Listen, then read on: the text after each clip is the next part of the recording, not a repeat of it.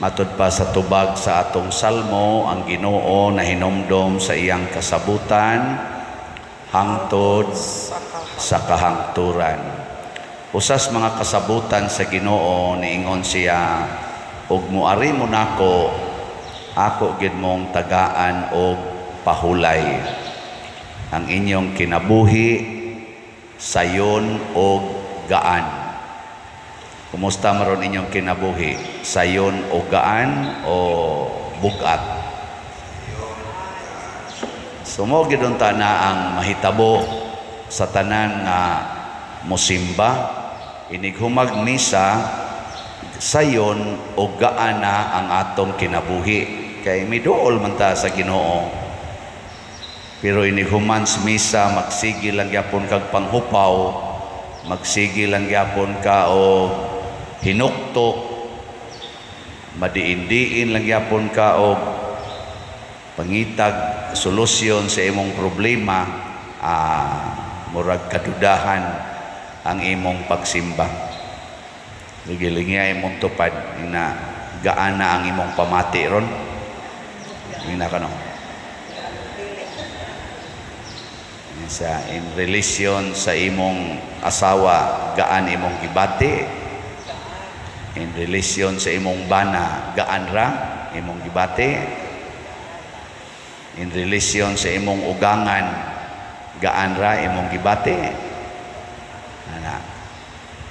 Sa imong mga anak, gaan ra ba imong gibati? Sa imong office mate, gaan ra ba imong gibati? No. Sa imong parish priest, gaan ra ba imong gibati? Mao na mga inana.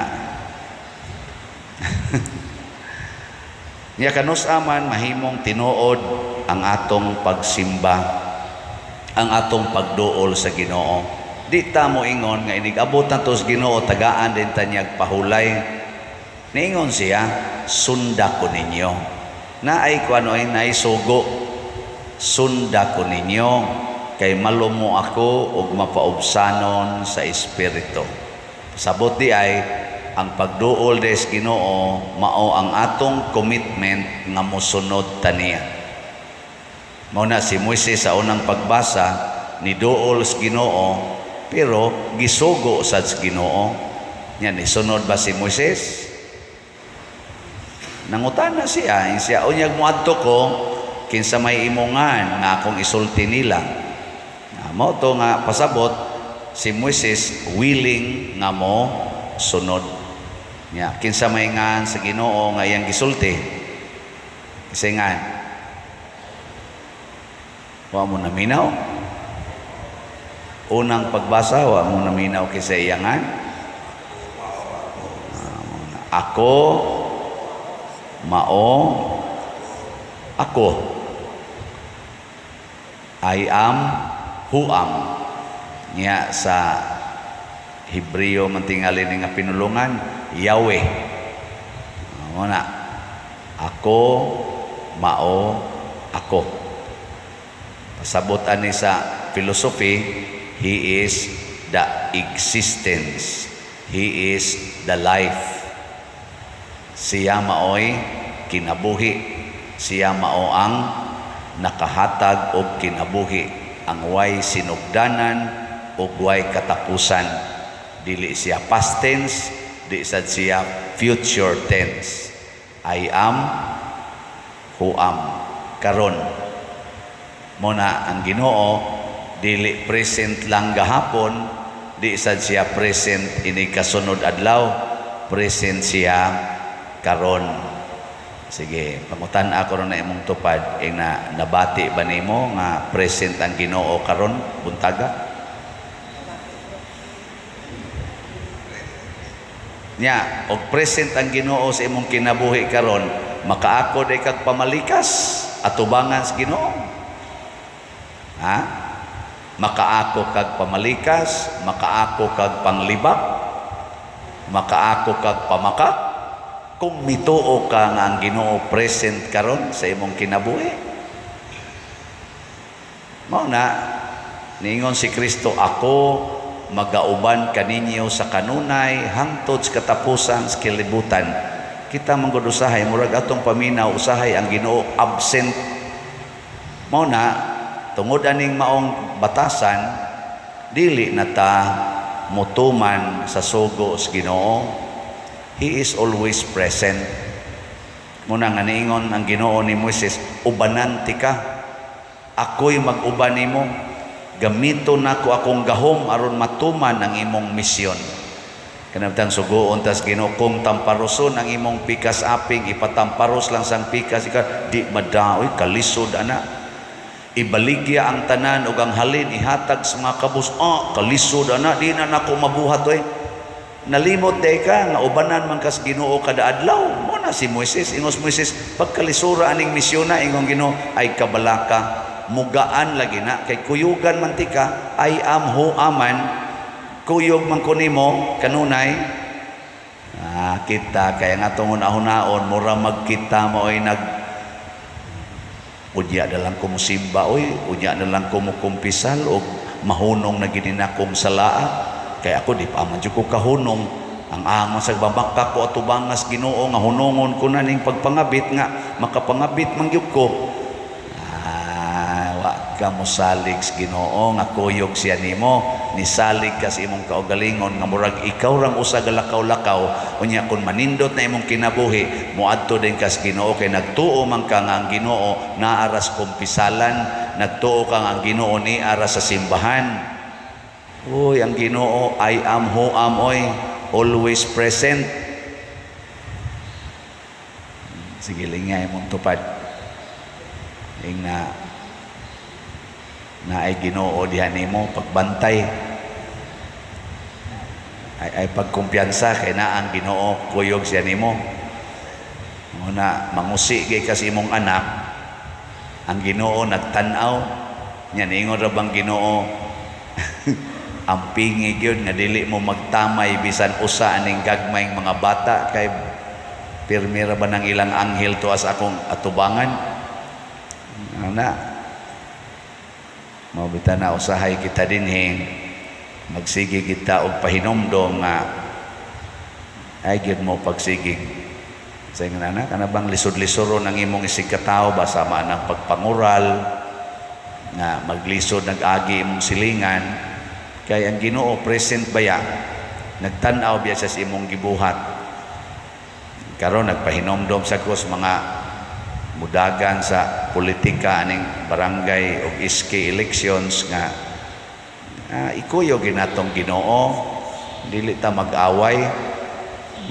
kana bang magtinabangay ba kay na maguban mas stress gyud sus hapit mi way tug ngano man sige yung plano unsaon gyud pagdaog aning eleksyon na mura mo mga buang ngano man ning kamot man kang mudaog paningkamot nga makaalagad paningkamot nga makapresentar kas Ginoo ngadto sa ibong isig ka tawo nya unsaon man sama sa gibuhat ni Kristo sa dinhi pa siya sa kalibutan nahimo siyang tuburan sa kagaan sa kinabuhi kana bang rest nya kun kuyog nato ang Ginoo pasabot ipakita nato sa tong isig ka tawo nga kuyog natong Ginoo makahatag sa taog kagaan makahatag tag kalinaw sa kinabuhi sa atong isig ka tawo ano bang makaingon sa taba come to me all of you who are heavily laden and I will give you rest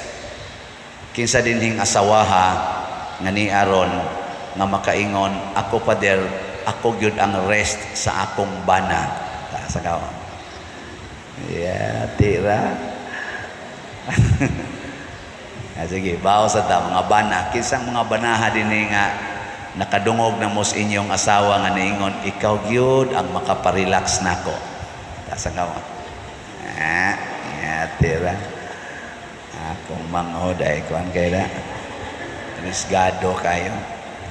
Sa ato pa kung naa ka ang imong asawa din agyod sa puton ang imong asawa din agyod magyaw-yaw ang imong asawa magsige nag-smile mo ba na nahitabo mga bana kayo relax ka di na gina sa puton di na gina magyaw-yaw Kamo sa mga asawa mo sa mahitabo ang inyong bana din agyod magyaw-yaw, di na masuko, relax na kaayo, din ang mga bit, di na mutanaw ang mga porn, di na manugal.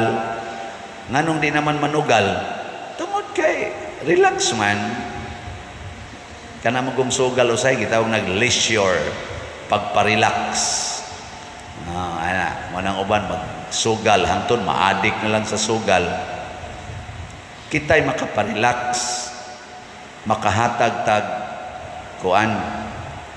Nya unsa man pagkahatag nato og ka-relax ato si katao, imitate Jesus. Matud pa niya, sunda ko ninyo, humble, gentle of heart. Dili masuko, dili magsigreklamo, kay mao man ang gentle, dili masuko. Nya ang kanang humble, dili mo reklamo. Ngobita na nga sige mong tagbaligyag slots din nya naaman say mamalit, wa gid hinaon mo paspas kay pagpalit. Igo-igo ra sad ba nga nagitay halin kada adlaw. Kada nato kakitag halin, marelax ako. Isip inyong Paris Priest, marelax ko Dili mo marelax diay, nag-report nako. Sige, atong swayag. Ang atong halin sa SBF Dad as of yesterday niabot na og 34,677 ka slots. Bakpak. Nya makaparelax ni ninyo, naapay available nga 41,323. Marelax mo na. Pasabot ani padayon pagitag palit. Nya mas maayo og mo palit mo based sa akong 4 slots challenge. As of yesterday, ang ato sang 4 slot challenge niabot nag 623 ka 4 slots challenge. So pakpak yapon. Akong gipangayo 1,000 lang. Karon niabot nag 623. Basig mo abot ning 4,000. Di perting haya-haya, ma-relax kita. Unya ang namalit sa daning atong slots, kay nisunod man sila sa kinabuhi ni Kristo sa pagkamanggihatagon. Unsa mo say mailang bation?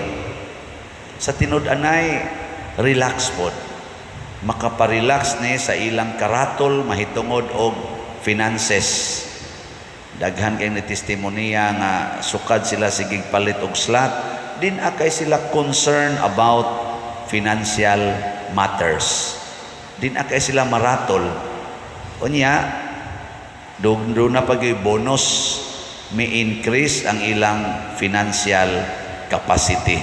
Dili hinon tanan. Nasay uban nga, nawanan hinoy kwarta. Pero ang nakanindot, relax sila din ang maratol. Bahin ang mga bayron no suga, bayron no tubig, kanang tuition sa mga anak. Din akay sila maratol anak.